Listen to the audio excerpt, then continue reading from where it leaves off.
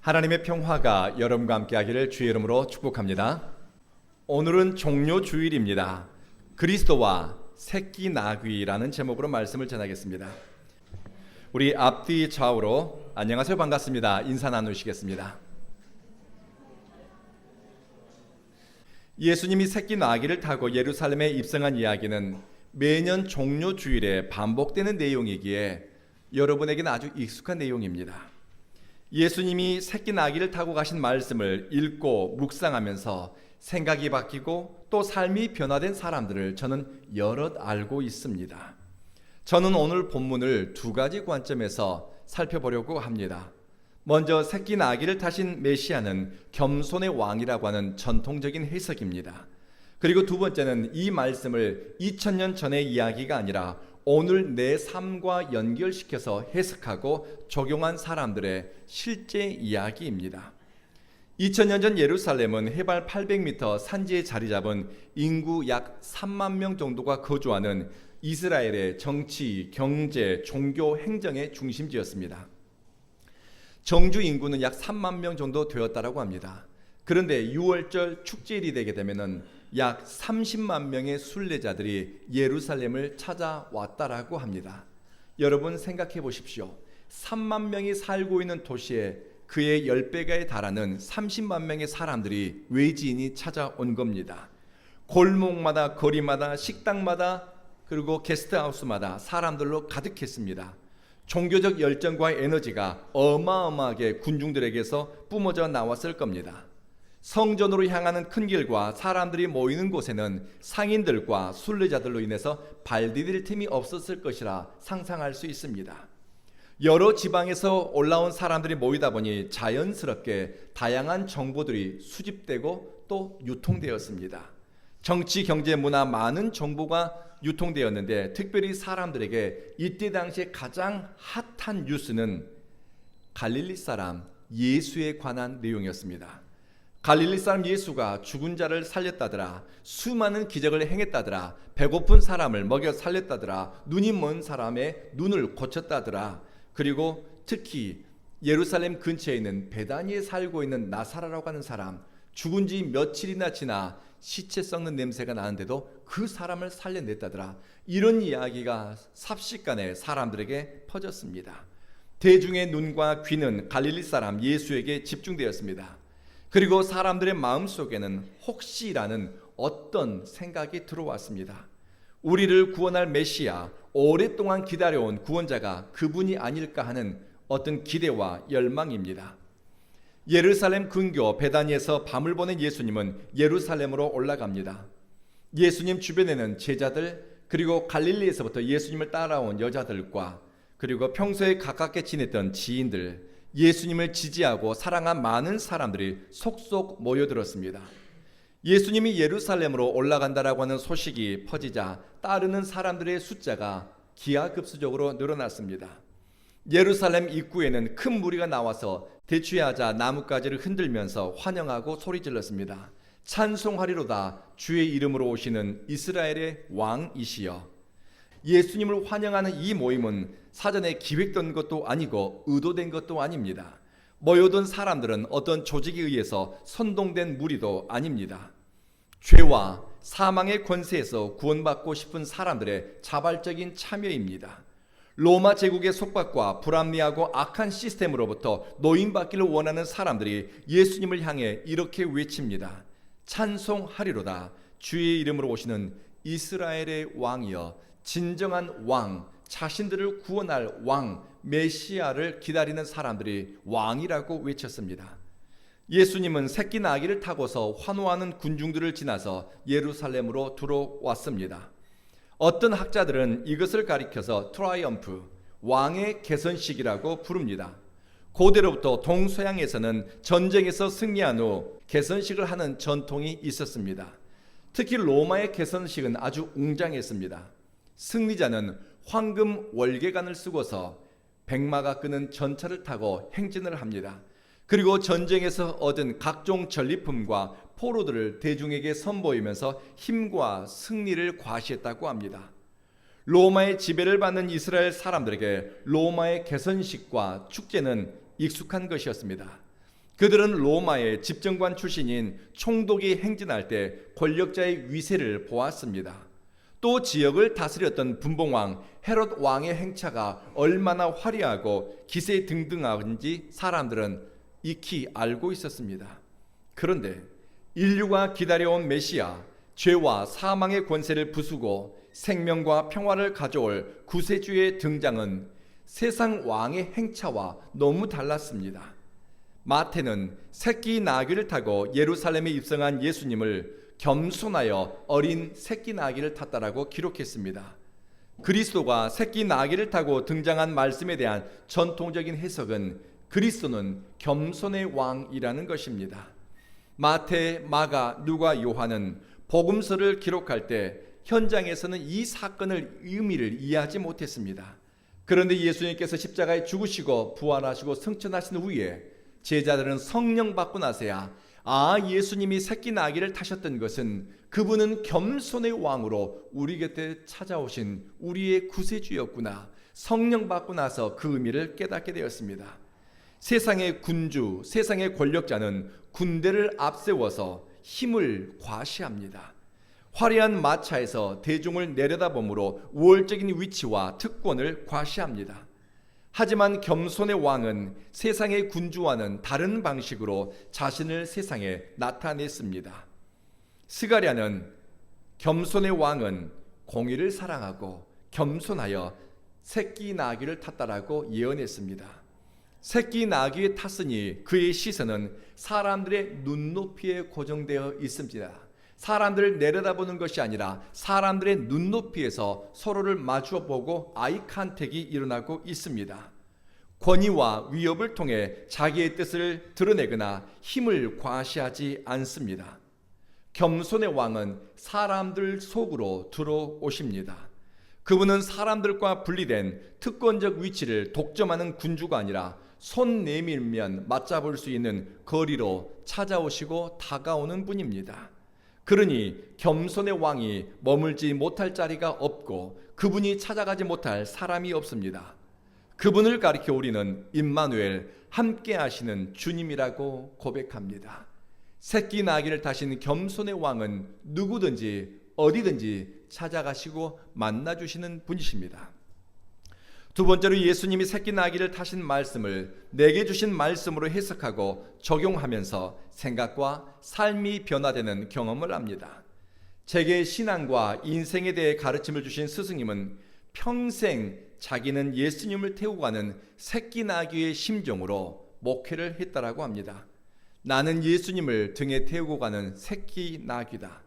그런 생각을 품고 가니 사람들이 잘한다고 박수를 치고 환호성을 치고 칭찬을 해도 그런 이야기에 마음을 빼앗기지 않았다고 합니다. 사람들의 박수와 칭찬과 환호성은 나를 위한 것이 아니라 내 등에 올라탄 예수 그리스도를 위한 것이라고 생각하니 욕심을 낼 것도 욕망할 것도 없더라는 겁니다. 나는 나귀 새끼지. 주님이 영광을 받으시지. 주님이 박수를 받으시지. 자신의 사명을 그리스도를 태우고 가는 나귀에게서 발견한 사람은 예수님을 태우기 위해서 더 낮은 자세를 취합니다. 주님을 태우기 위해서는 자세를 낮춰야 합니다.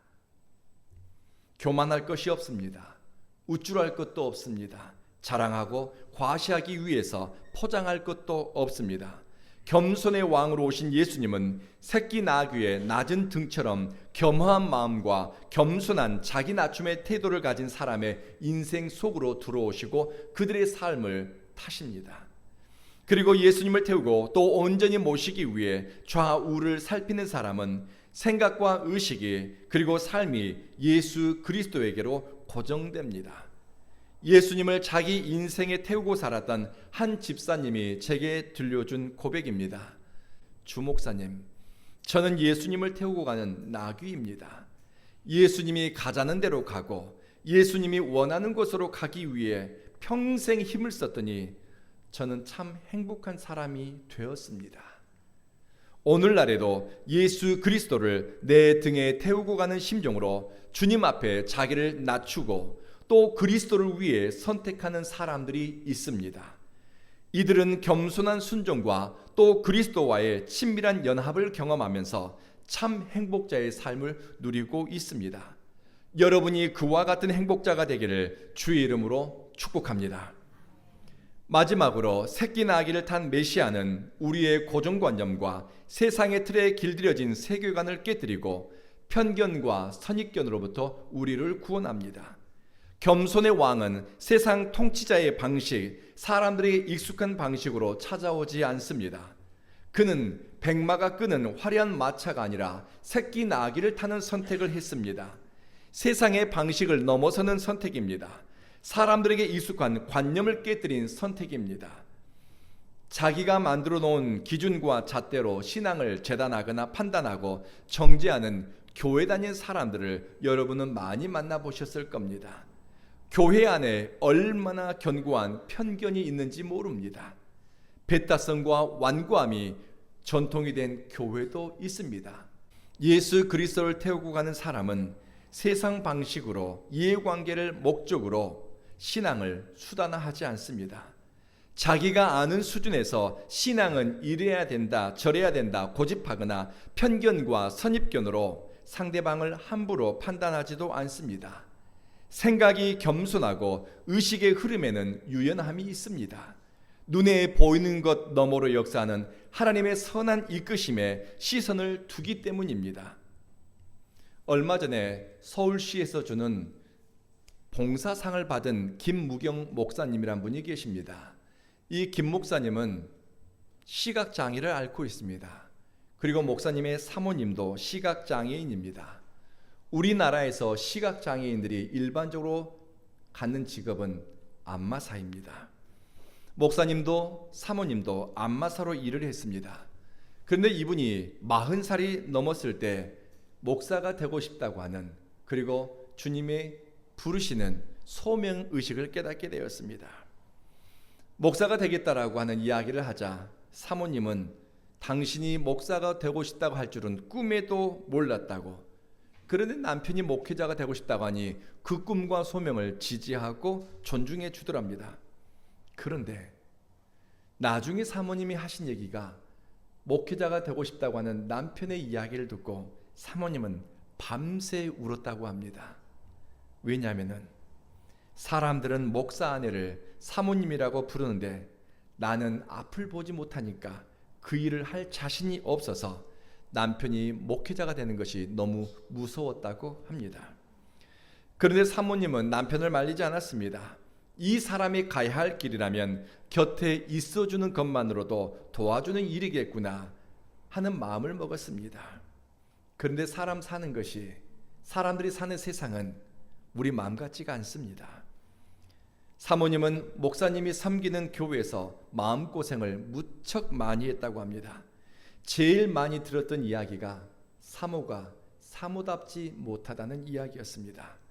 앞을 보지 못하는 사모님이 교회에서 할 수 있는 일이 없었습니다.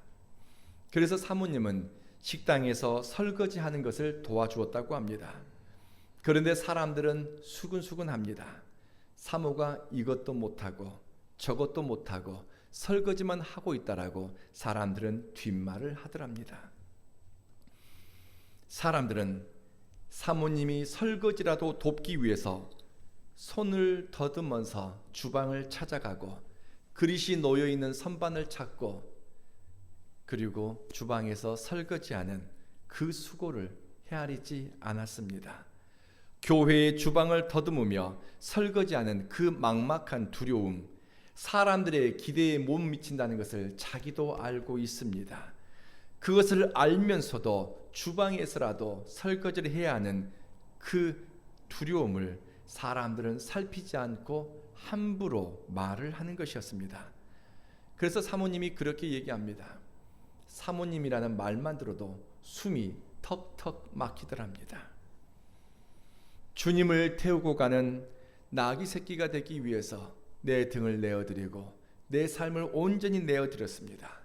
죽을 힘을 다해 주님을 태우고 섬기고 순종하지만 지켜보는 구경꾼들은 쉽게 말합니다. 자기 생각대로 이야기합니다. 주님을 태우면서, 이스라엘의 왕으로 오신 분을 태우면서 왜 화려한 백마가 아니라 조그만 나귀 새끼를 태웠지? 주님을 태운 나귀를 비난합니다. 왜 할애하지 않지? 너는 왜 그것밖에 못하지? 비난과 조롱, 손가락질을 해댑니다. 왜 그런 욕을 받습니까? 왜 그런 조롱을 당합니까? 예수 때문에요. 잘못한 것이라고는요, 예수님을 등에 태운 것밖에 없습니다. 오늘날에도 예수님을 등에 태우고 나와 같이 가자, 주님의 말씀을 듣고 순종했더니, 주님을 등에 태우고 주님이 가자는 대로 갔더니 손가락질 당하고 욕을 먹고 조롱당하는 사람들이 있습니다. 예수 때문에요. 새끼 낙이니까 할 수 있는 것이 많지 않지요.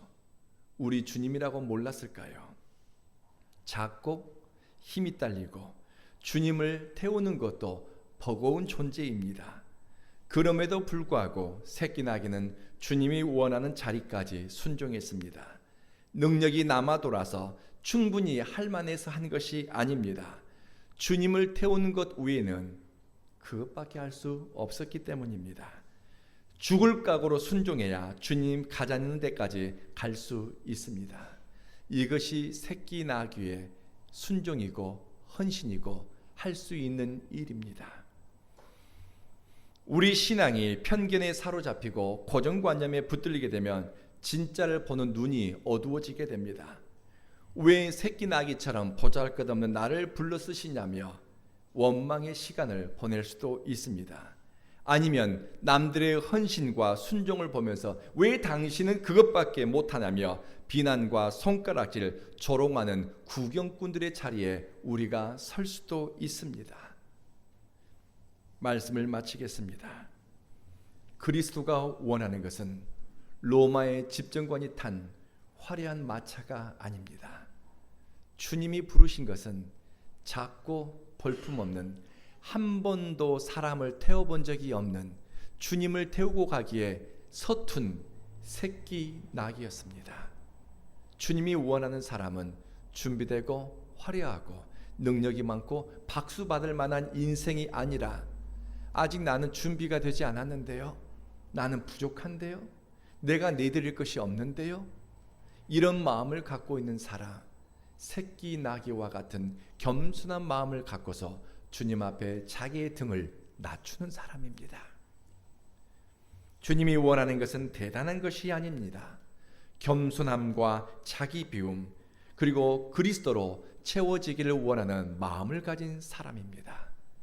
이 종료주일에 사랑하는 성도 여러분, 우리는 겸손한 마음으로 내 속에 있는 열등감도 비워내고, 무언가를 할 수 있을 것이라고 하는 우월감도 비워내고, 교만함도 비워내고, 이런저런 비교의식도 비워내고, 주님이 가자는 대로 가고 주님이 원하는 데만큼 갈 수 있을 만큼 순종하는 각오를 다져봅시다.